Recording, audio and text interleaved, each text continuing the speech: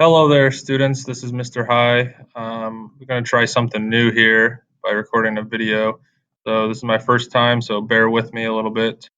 We're going to learn a new way of factoring here in section 9.6. So we have factored with a greatest common factor. We have factored trinomials when there was not a coefficient in front of the x squared term, when it was just a 1. Now we're going to see polynomials, and more specifically trinomials, where there is a coefficient of not 1 in front of the x squared term. So our riddle that we used worked great when we did not have this coefficient. Now that we have this coefficient, we're going to use this method, which I call the box method. So let me explain the box method to you. We have 4 different spaces here, quadrants. In this first column, we're going to put the factors of this a. So in this polynomial, it would be factors of 2. Luckily, there are only 2 factors of 2 here, so 2 and 1. In this column, we're going to put factors of c, so this constant here at the end. So 2 numbers that would multiply to give me 6. Well, I have several to choose from. I have 6 and 1, I have 3 and 2. Let's start off with 3 and 2. As we move further along, you'll get better and better at picking and choosing those factors. Here's how it works. You multiply in this box diagonally, and then you add those products together that you get when you multiply, and they have to give you b. So in this problem, we're going to multiply diagonally. 2 times 2, 1 times 3. I'm going to add those products together, and I have to try to get negative 13. Another thing to notice in this polynomial is that when I multiply to get c, it's a positive. When I add, the b term has to be negative. So that really means that these need to be negative 3 and negative 2. So let's use box method. 2 times negative 2 is negative 4. 1 times negative 3 is negative 3. Negative 4 plus negative 3 is negative 7, which is not negative 13. So I am going to cross these off because they didn't work. Instead of jumping to 6 and 1, let's just flip these around and see if it works if I flip them. So I'm going to put negative 2 up here, negative 3 down here, and do the same thing. 2 times negative 3 is negative 6. 1 times negative 2 is negative 2. Negative 6 plus negative 2 is negative 8, which is not negative 13. So 2 and 3 are not going to work for me. Let's go to 6 and 1. So let's try negative 6, negative 1, and do the same thing. 2 times negative 1 is negative 2. 1 times negative 6 is negative 6. Negative 2 plus negative 6 is negative 8. So they don't work in that order. Let's try flipping them around. Let's put negative 1 up here and negative 6 down here. 2 times negative 6 is negative 12. 1 times negative 1 is negative 1. Negative 12 plus negative 1 is negative 13. That's what I wanted. So right here are the kind of the answers to this puzzle. 2 and 1, negative 1, negative 6. This box helps me because now I have my binomials. The rows of this box are your binomials. So here's one binomial, 2. We put an x in this column minus 1. So this results in 2x minus 1. Hopefully you can kind of see that across the row here.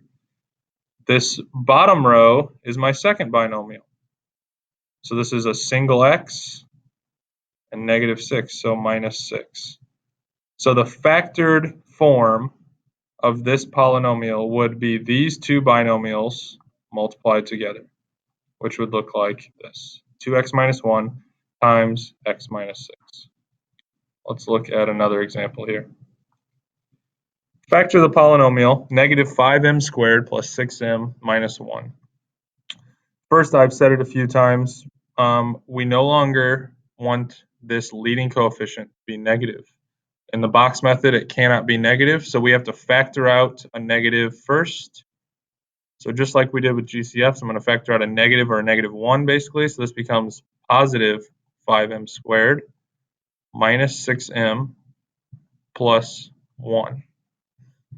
And now I'm going to take this polynomial, which is in the parentheses, and I'm going to use box method. So I got my box. Remember, this column is factors of a, so that would be factors of 5. Well, there's only 2 5, and 1. This column is factors of 1. Look closely at the polynomial. This is positive, this is negative. So when we multiply, we get a positive. We add, we get a negative. That means that the factors here have to both be negative. Factors of 1, luckily, there are only 2. 1 and 1, so -1, -1. Let's multiply diagonally. 5 times -1 is -5. 1 times -1 is -1. Add those together. -5 plus -1 is -6, which is what I wanted for B. So right here across this row is my first binomial, 5x minus 1. And this is my second one, x minus 1. So the factored form of this is going to contain these two binomials multiplied together, but I can't forget this negative that I factored out at the very beginning. So factored form would be negative, and then I write my binomials, 5x minus 1 times x minus 1. And this would be the factored form of that original polynomial. Let's try one more. Again, this starts with a negative, so before we do the box method, we have to factor out a negative. This becomes positive 3x squared plus 13x plus 4. And now we are going to take this polynomial and use that in box method. So factors of 3 are 3 and 1. Factors of 4, there are a few we can choose from. We got 4 and 1, we got 2 and 2. Let's start off with 2 and 2. This is positive, this is also positive, so these factors have to be positive.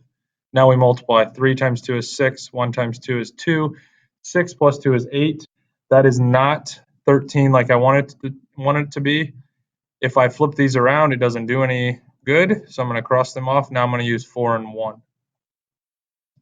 3 times 1 is 3, 1 times 4 is 4, 3 plus 4 is 7. That doesn't give me my 13, so let's try flipping these around.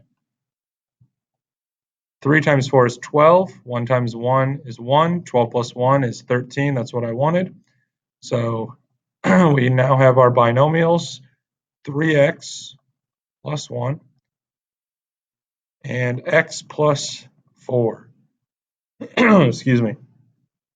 So now we have our binomials. We need to rewrite this in factored form. We cannot forget the negative that we factored out at the beginning. And here is the factored form of the polynomial we started with. I hope this helps. I'm going to try to use these a little bit more in the future. Since this is my first one and we're just getting started, I would like to offer a little incentive.